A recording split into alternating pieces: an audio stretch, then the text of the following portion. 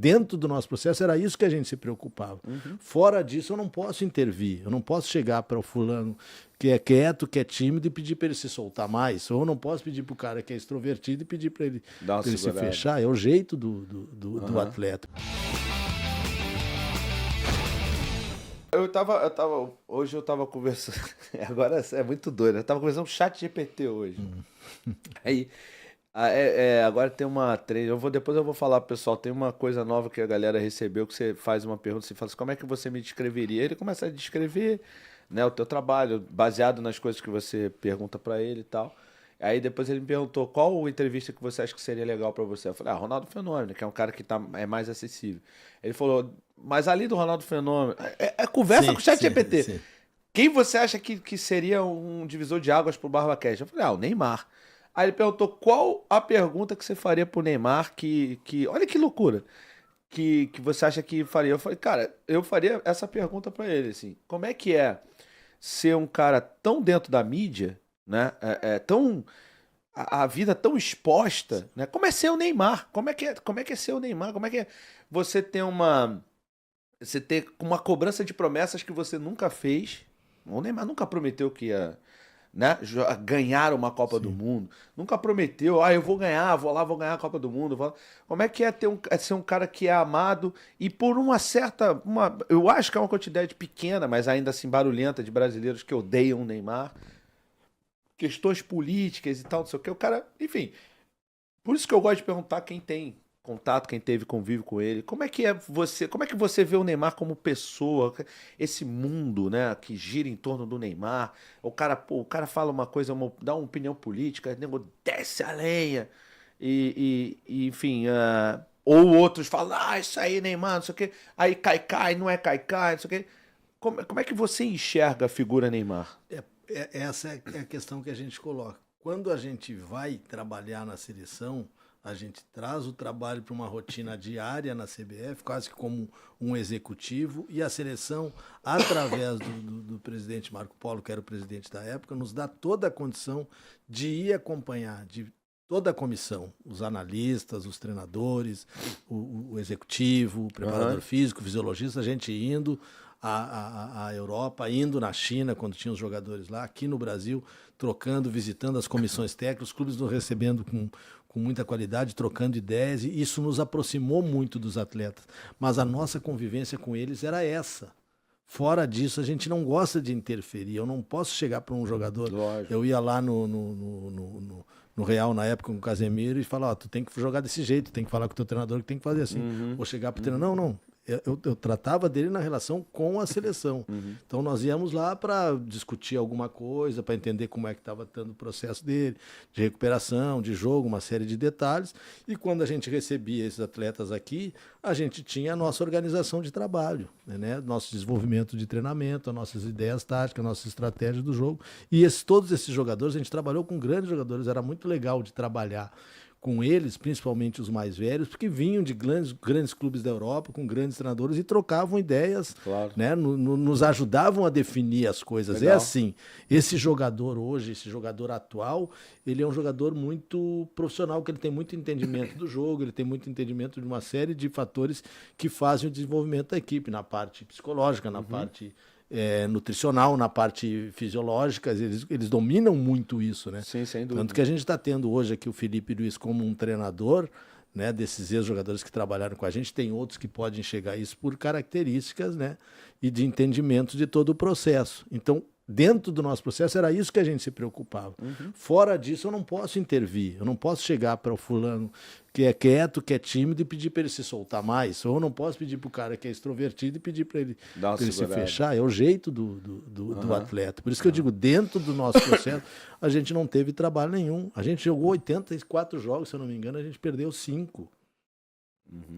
Nós perdemos 5 jogos. Nós jogamos contra 10 europeus, nós perdemos um jogo. Entendeu? Pena que foi o jogo. Pena que foi o jogo, tudo bem, mas... que não podia perder. Entendeu? E desses 5 jogos, nós perdemos 2 jogos oficiais, que não podiam perder, que foi esse da Bélgica, que dava continuidade na Copa, e a final da Copa América, que a gente podia ter sido bicampeão. É verdade. Os outros foram jogos amistosos que a gente perdeu. Sim. Então, mais do que perder, é desenvolver uma equipe que ganhou os jogos que são muito difíceis de jogar aqui. Sem dúvida. Na Sul-Americana, principalmente na casa dos adversários, contra o Uruguai. Nós fomos lá e ganhamos de 4 do Uruguai, ou do Equador, que era um líder, a gente foi lá e fez 3-0 na época. Não é simples, eu nunca tinha feito isso. Entendeu? Então, dentro desse processo, esses atletas eles só nos ajudaram. Então, a gente foca muito nisso, eu não consigo focar. É uma característica minha, é uma característica do Tite, né? E deve ser da maioria dos treinadores, porque ser treinador não é fácil, né? Te preocupar com isso, a gente gosta disso. É desenvolver metodologia de treino, é desenvolver estratégia, é desenvolver modelo de trabalho, né? É desenvolver a filosofia, o que tu pensa do jogo, como construir isso. É isso que a gente está focado. E a gente foi lá, a gente trocou mensagem por WhatsApp, a gente definiu de que maneira nós íamos marcar a bola parada, se era individual ou zona, que todos os jogadores brasileiros que jogavam na Europa, e era a maioria marcava 80%, 90% marcava individual, a gente trouxe uma marcação diferente, tomamos pouquíssimos gols de bola parada no nosso jogo, tomamos pouquíssimos gols nos nossos jogos, de forma geral, entendeu? Então, assim, quando o Neymar vai no programa, como ele foi no programa do Romário, e dá uma declaração que ele gosta muito do Tite, é por essa postura. Receber um jogador que vem de longe, né, que vem um desgaste e que tem um desgaste que é aqui, e tratar esse jogador com essa gestão humana que eu falei, essa gestão humanizada. Que é essa gestão humanizada? É falar a verdade pro cara, mas é falar o elogio sem exagerar, é falar o elogio sincero, é falar a cobrança dura, mas sem pisar em cima do cara, sem expor o cara ao externo, sem ser pessoal também, sem ser pessoal, é o nosso jeito de trabalhar, entendeu? Porque o papel principal do treinador é desenvolver o atleta, né? Desenvolver os meninos que estão começando e desenvolver também os jogadores mais experientes, e eles também nos ajudam nesse processo de desenvolvimento, entendeu? Então tem uma frustração, de não ter ido mais longe, de não ter tido uma conquista. De resto, só tem prazer em ter trabalhado com essa quantidade de atletas. Eu estava vindo para cá agora e vendo uma matéria do Firmino no Liverpool, né? Pô, o que o Firmino fez no Liverpool não tem esse reconhecimento aqui no Brasil. Não tem, é verdade. O que o Fernandinho fez no City não tem esse reconhecimento. O Felipe Luiz foi virar grande jogador pro brasileiro depois que ele chegou no Flamengo. É verdade. E ele sempre, o que ele jogou no Flamengo e jogou muito, ele jogou lá no Atlético de Madrid. Até mais, eu diria.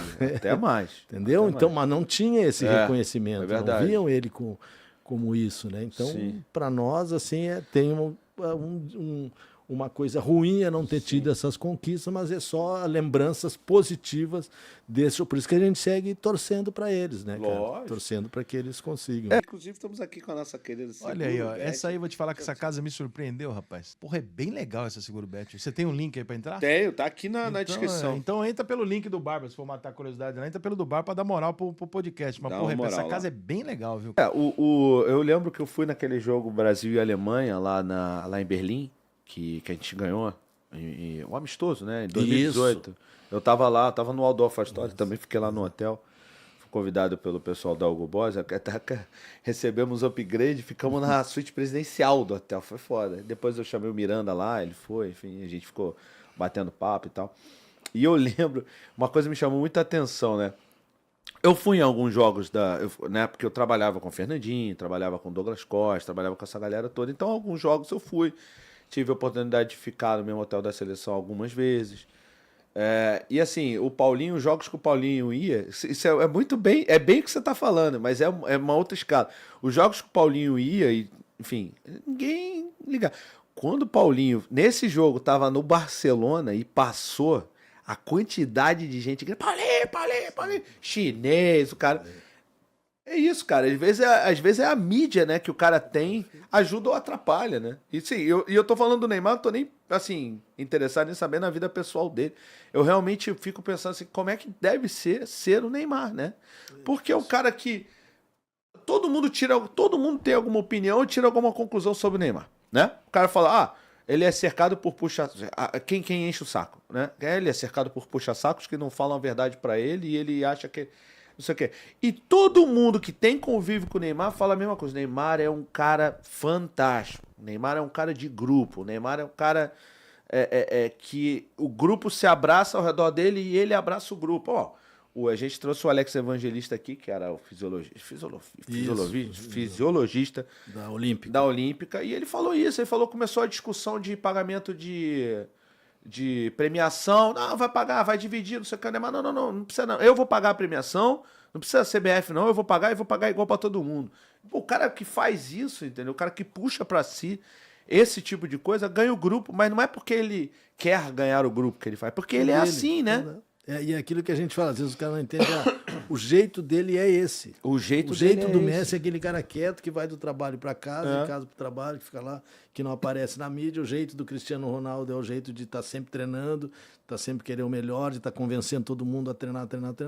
E o jeito do Neymar viver é esse jeito dele. Mas agora, não é porque ele não sabe. Lógico. Ele sabe, é que ele quer ser desse jeito. Ele quer ser desse jeito. É a essência dele, né? E aí eu vou treinar a seleção e vou chegar e começar a querer dizer o que ele tem que fazer. Não, de jeito ou não. Nenhum, agora, dentro do processo interno, entendeu? De trabalho, não tenho queixa nem contra ele, nem contra nenhum jogador. Não tem queixa. Aquele jogador não foi bem, aquele jogador não teve bem. Entendeu? Não teve um comportamento. Esse tipo comportamental dos atletas mais modernos mudou muito. Sim. Né? Mudou muito e os caras são dedicados e os caras dentro do nosso dia a dia de seleção. Sim, tem coisa que você cobrava lá nos anos 90, você não precisa nem cobrar mais de ninguém, porque todo mundo sabe.